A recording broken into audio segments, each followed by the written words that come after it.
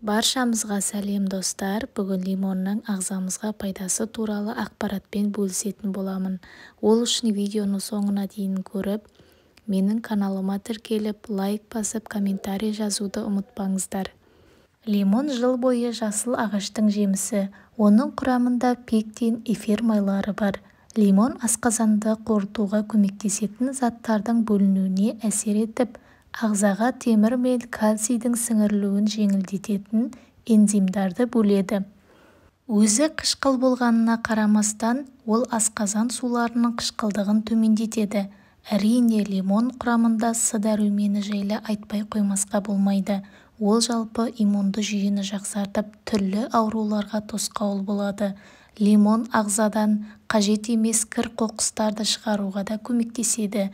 Мысалы, ұзақ уақыт дәрі, антибиотик қабылдасаңыз, лимонның көмегімен бауырыңызды улы заттардан тазартсаңыз болады. Лимон шырыны мен қабығы антисептикалық қасиетке ие. Онымен жараларды сүртіп, ерітіндісімен тамақ шайса болады. Лимон қан құрамындағы холестерин деңгейін төмендетіп, тәбетті ашады.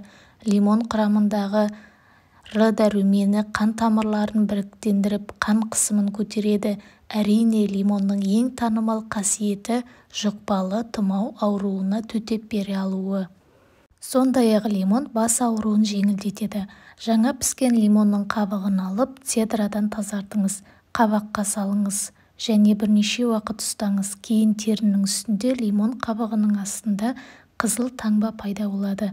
Ол қызиды және қышиды, ал бас ауруы басылады. Егер тістеріңіз ақ, ал тамырлары мықты болсын деп тілесеңіз, тістеріңізді лимонның қабығымен ысыңыз. Сондай-ақ тырнақтар икемділік пен қаттылықты жоғалтпау үшін оларға лимон шырыны мен май қоспасын жиі жағу керек. Сондай-ақ жасарту үшін қабығымен 3 лимонды, 3 бас сарымсақ, 3 стақан мүк жидекті сығыңыз. 7 стақан қайнатылған суымен аштыңыз. 2 күнге салқын жерге қойыңыз. Және 400 грамм бал құйыңыз, араластырыңыз. Және тағы 2 күнге салқын жерге қойыңыз. Күніне 3 рет 1 ас қасықтап ішіңіз. Денсаулығыңыздың мықтылығы үшін осылай жасасаңыз болады. Және де тағы бір пайдасы қайызғақты кетіреді. 4 лимонның қабығын 1 литр суда 15 минут пісіріңіз. Қайнатпаны сүзіңіз. Шашты қайнатпамен аптасына 1 рет шайыңыз. Мен лимон туралы ақпаратымыз аяқталды. Лимонның әлі көптеген неше түрлі пайдалы кеңестері бар. Алдағы уақытта әлі де керемет пайдалы ақпараттармен бөлісетін боламын.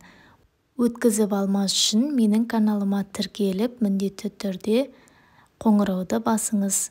Және де өте керемет ыстық тағамдармен, неше түрлі рецепттермен бөлісетін боламын.